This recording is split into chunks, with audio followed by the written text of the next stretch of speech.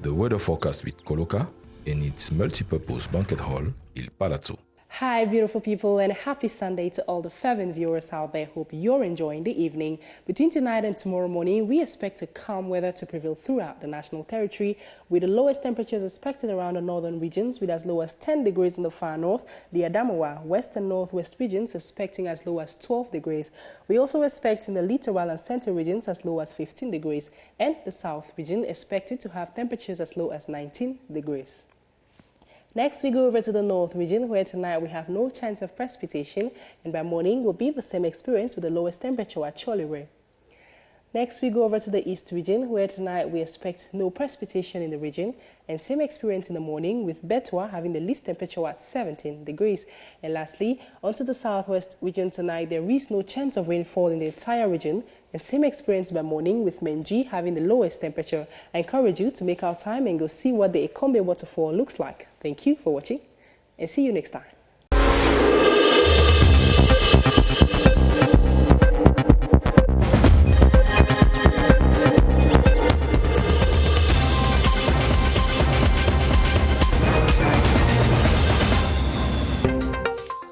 The scarcity of CFA coins is still a call for concern in Cameroon, despite assurance by BEAC officials that new coins have been introduced in the economy. Elite 1 and 2 clubs in the country receive state subvention as they prepare to start the second phase of the championship in Cameroon in the coming week.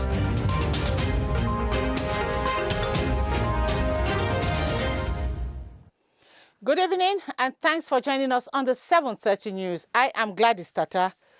A few weeks after the Bank of Central African States began supplying commercial banks with new coins, users are still complaining of scarcity.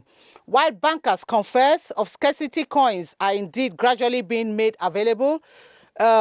Financial experts insist that the real cause of the problem must be dealt with.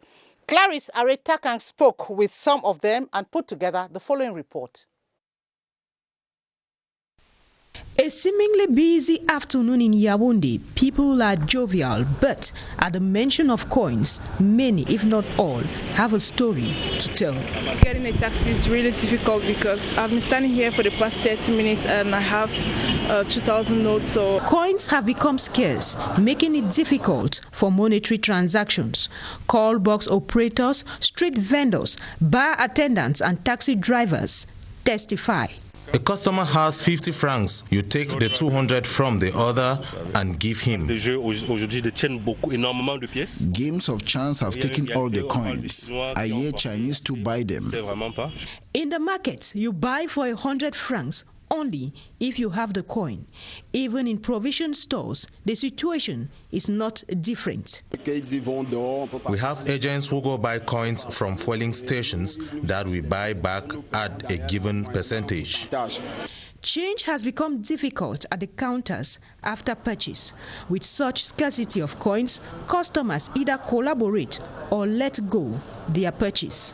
The scarcity is now a business for taxi drivers, call box operators and store owners. If you want to buy for 200 or 300, they tell you they have no change. You have to buy the coins. Faced with these dilemmas, survival methods have cropped up.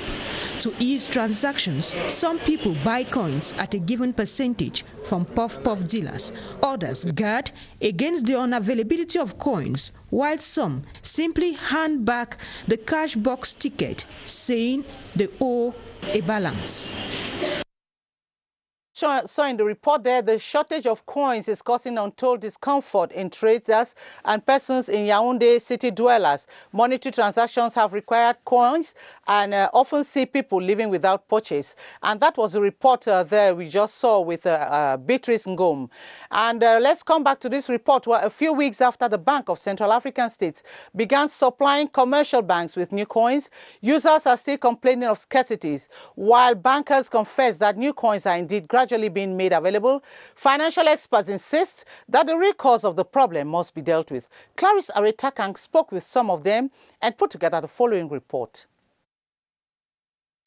Results of the investigation into the scarcity of coins ordered by the Bank of Central African States are yet to be disclosed. Bankers attribute the problem to two sources, the banking system and the market of trade in goods. They insist that the process to get the legal tender available for inhabitants did in no way suffer from any malfunctioning.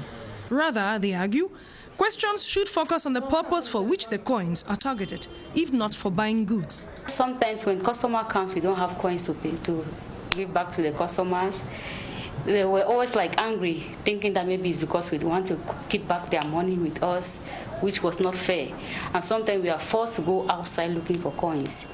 In response, the central bank has begun supplying commercial banks with coins in order to meet the needs of customers. These are requested in exchange for bank notes. While users still complain about difficulties in obtaining coins and oftentimes having to deal with unpleasant consequences, bankers are reassuring. We had coins from January, and during this period we have not had any major issue because at least customers are now satisfied. We have 100 francs and 50 francs that was given to us by BIAC. However, while the move has been saluted, financial experts maintain that it is necessary to get to the root of the situation in order to definitely fix it.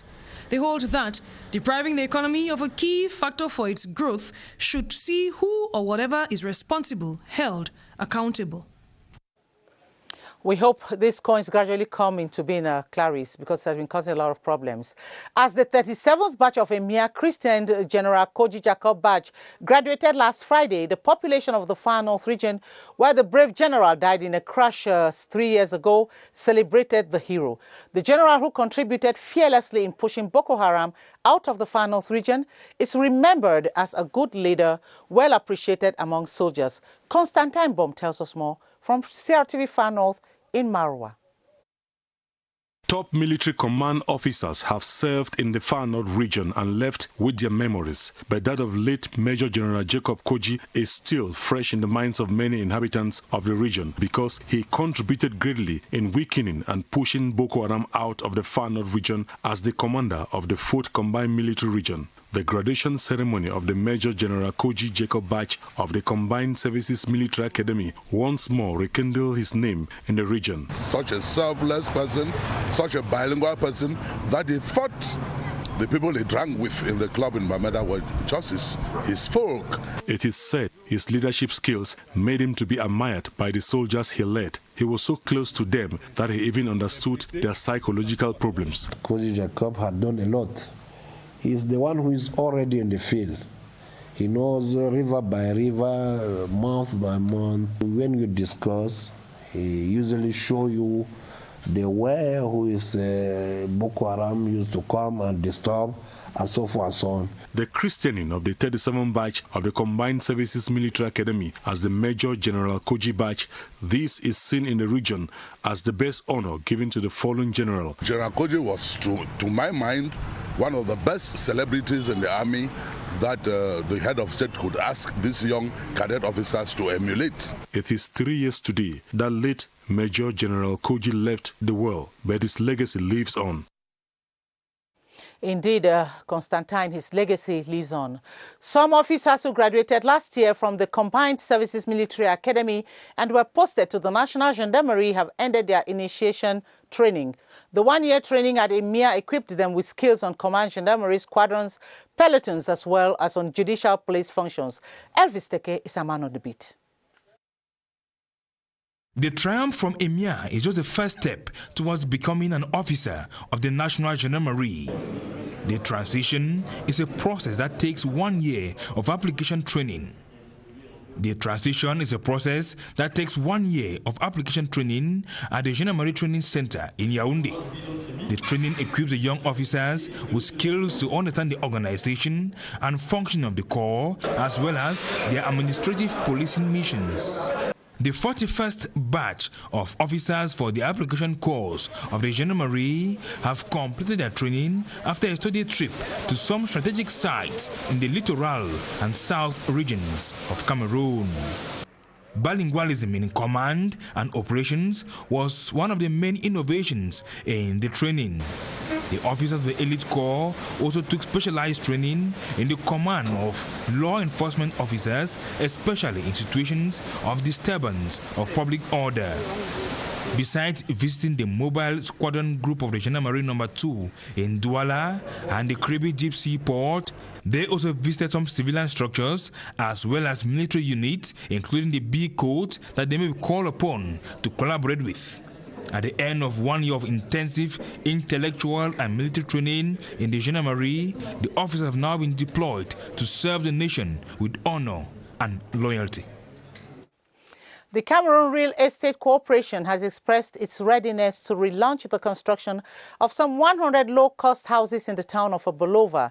The project, initiated some 8 years ago by the Ebolova City Council, had long been abandoned due to lack of finances. The Director General of the Real Estate Corporation, Dr. Amadou Sadaorna, was in Ebolova to prepare the groundwork for the signing of a convention to that effect.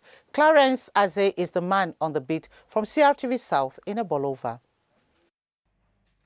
The terms of the convention to be signed in the month of March will allow the Cameroon Real Estate Corporation to relaunch construction works of the 100 low-cost houses at the Elat neighborhood. The low-cost housing project of the Ebolova City Council died down shortly after the foundations were constructed 6 years ago. The project was launched 8 years ago, but was stopped because of some financial and land difficulties. And today, we want to get the project back again, finish it.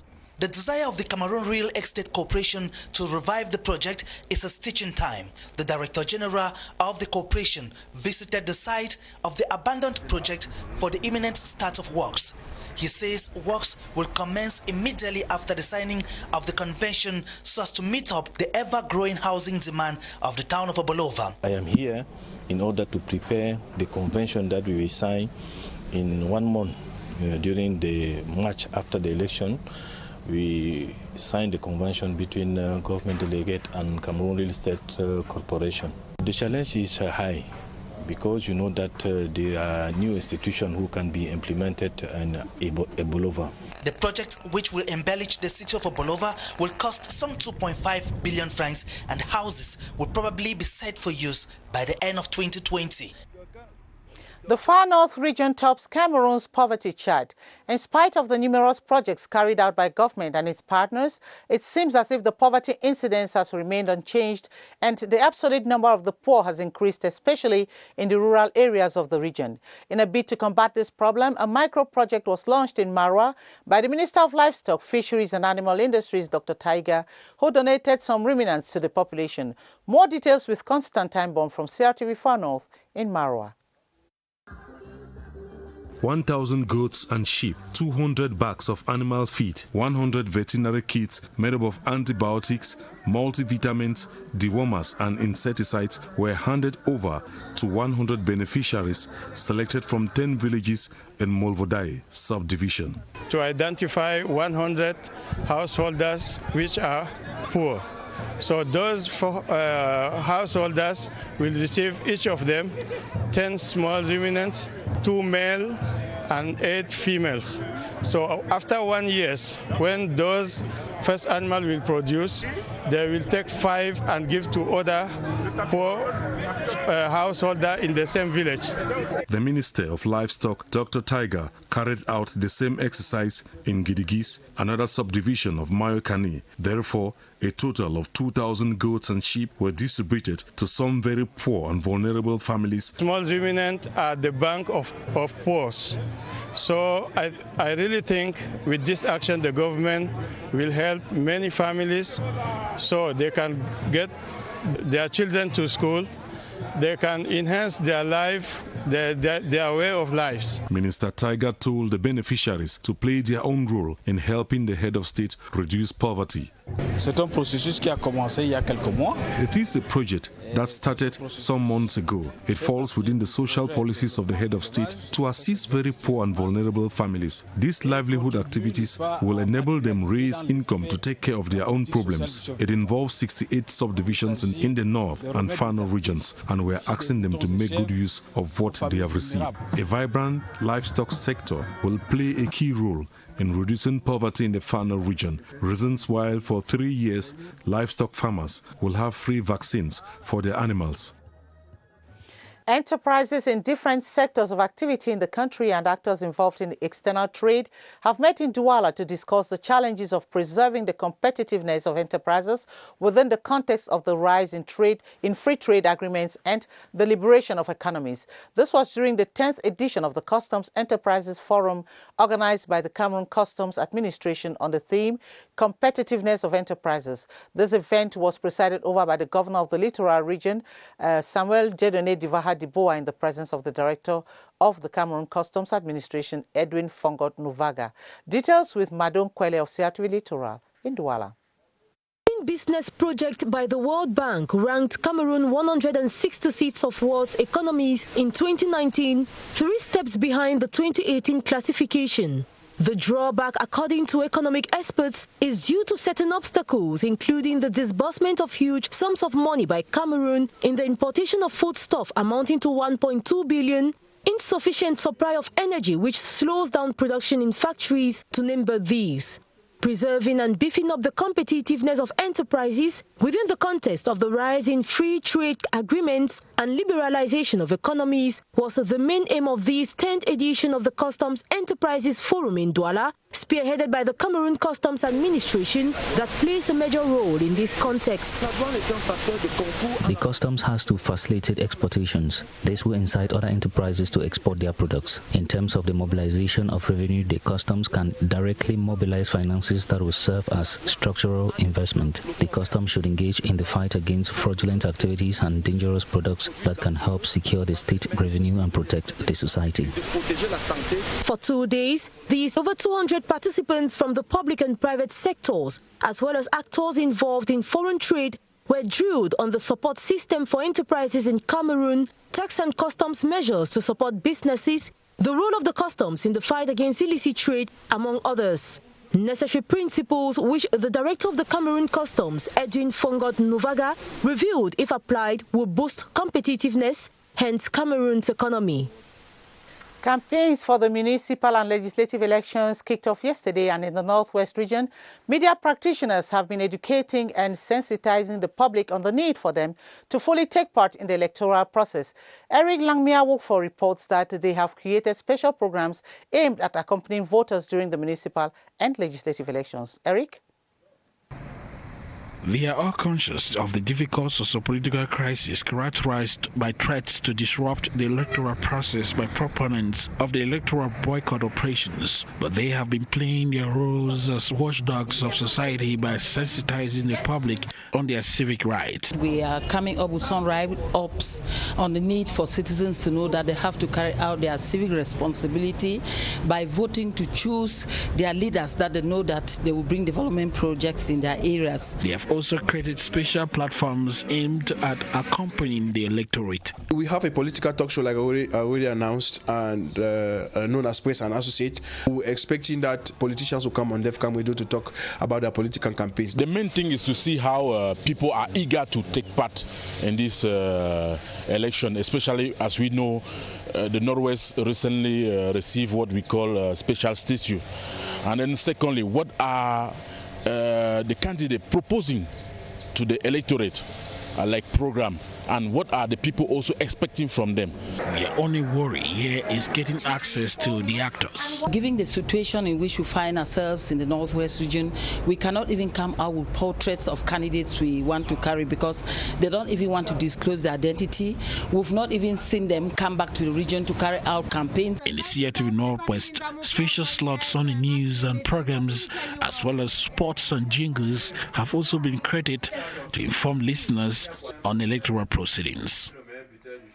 Before the start of campaigns yesterday, natives of the 3 northern regions residing in Vorit Division, Littoral Region, came together to pray for peace to reign in the country during and after the forthcoming twin municipal and legislative elections. This was the substance of a prayer session organized last Friday at the CCC Mosque in Douala. Details with Saline Dolo from CRTV Littoral. Less than 24 hours to the start of campaigns by the different political parties ahead of the February twin elections, the community from the three northern regions known as CGN residents in the Vuri converged on the CCC mosque, irrespective of their religious affiliations, to pray to the maker of the heaven and the earth to intervene during this crucial period of the country's history, characterized by the holding of the legislative and municipal elections on February 9, so that it will mark a turning point for the restoration of peace in the country. For us to pray for peace, because now concerning the elections that are coming up, we want peace to take place before and during and even after the elections. There's no need for us to show that we are divided. We are one and united, as the president of our country is promoting unity. So we believe that the peace that for which we have prayed today is going to be answered by God, since we are praying that in the north, far north, and also in the east, why not in the northwest and southwest region of our country, peace should reign. It was equally an opportunity for the CGN to erect the mosque, which is third in the Vuri, alongside the installation of some new imams who stated that their principal mission is to herald for a peaceful coexistence among all Cameroonians. Christians of the Église Presbytérienne Réformée du Cameroon have prayed for peace to reign in the country before, during and after the legislative and municipal elections. This was during a divine service this Sunday to end week-long activities of a retreat in Colbison, Yaoundé. Our reporter Gerard Nanji was there and brought back the following report for the 7:30 News.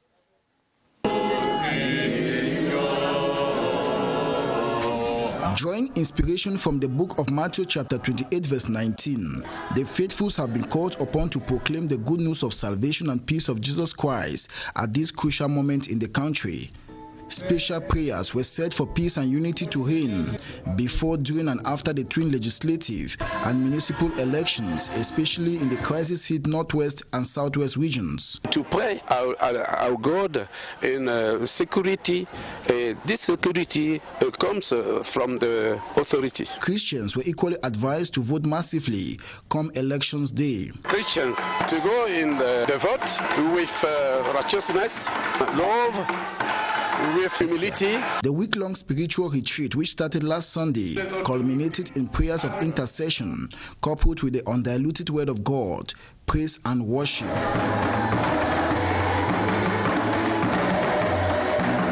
Over and above all, Jesus, the Prince of Peace they were enjoined, should be the reason for the season. The works of German missionary His Lordship Fritz Hennemann, founder of the Catholic Church in Minlaba near Balmayo in the Nyongaso division of the Center region, have been saluted. This was during a pontifical mass celebrated by His Lordship Joseph Marie Ndi Okala, Bishop of Balmayo, who praised the missionary for having boosted agriculture and income-generating activities in the area. Alice Mbe reports. With songs and praise, the Christians of the Marie Refuge des Pécheurs of Minlaba Catholic Church were called to worship by His Lordship Joseph Marie Ndi Okala, the Bishop of Balmayo, bearer of a message, peace and unity. His visit was to salute the actions of His Lordship Fritz Hennemann, a German missionary and founder of the Minlaba Catholic Church, created in 1912. This is the oldest parish of our diocese. We are very grateful and very proud of it. And this is why I'm here as bishop, to check, to see how far, how deepened faith is keeping on. Part of the legacy of the deceased founder has been boosting the economic and agricultural lives of the parishioners. We have agricultural matters, we have pastoral matters, and we operate through the mobilization of Christians. We work together. At the end of the year, we send the products.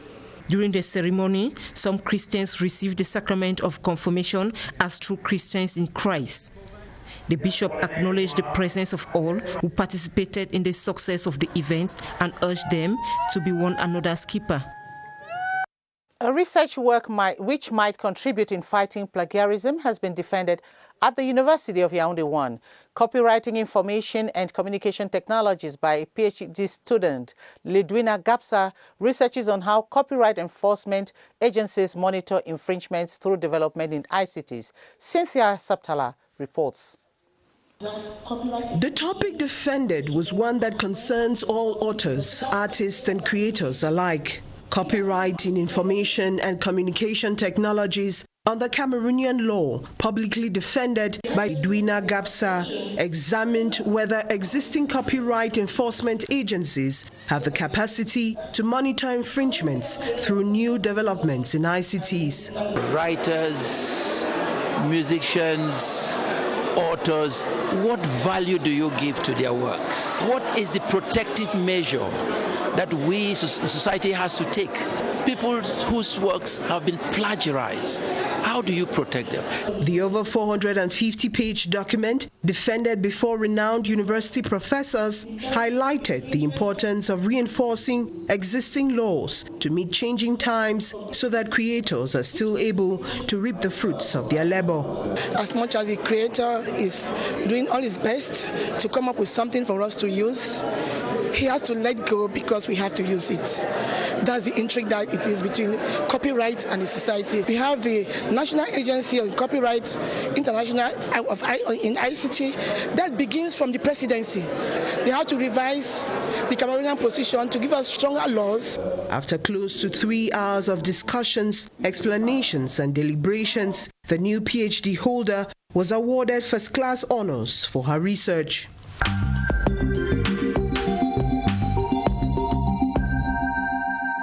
Obi Jazz, the Bikosi artist famous for his song Mbafoub, has released another single entitled Cri de Vengeance.